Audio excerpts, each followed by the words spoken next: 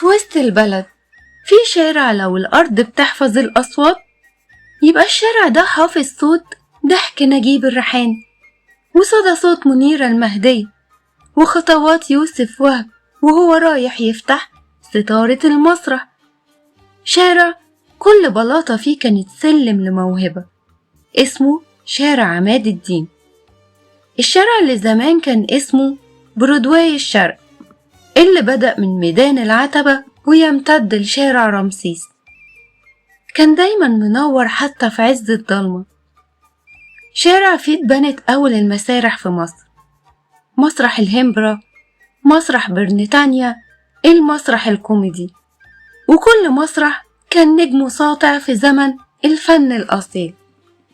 في شارع عماد الدين منيرة المهدية كانت تطلع تغني وتكسر الدنيا، وأم كلثوم كانت بتتمرن في الكواليس، والشباب بيركب ترام مخصوص عشان يلحق العرض.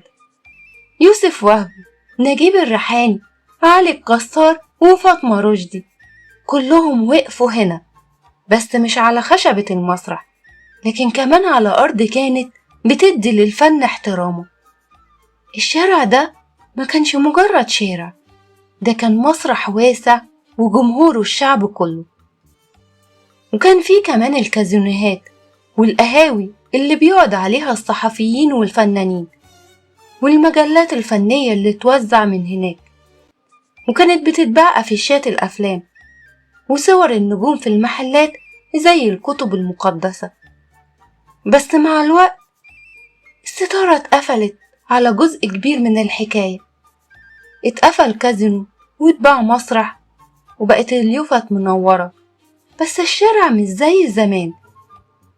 لكن لما تمشي فيه وتحط سماعتك وتقفل عينيك هتسمع الصوت، صوت ضحك الريحاني، صوت المزيكا وهي بتدق في قلوب ناس كانت بتحب الفن بجد. شارع عماد الدين اللي لسه محتفظ بريحة الستارة ولمعة النجوم على المسارح بتاعته. أنا مروة حامد، ودي كانت محطة جديدة من وسط البلد بتحكي. تابعوني واللي جاي فيه لسه شارع بيغني، وشارع بيفكرنا إن الفن كان نبض بلد.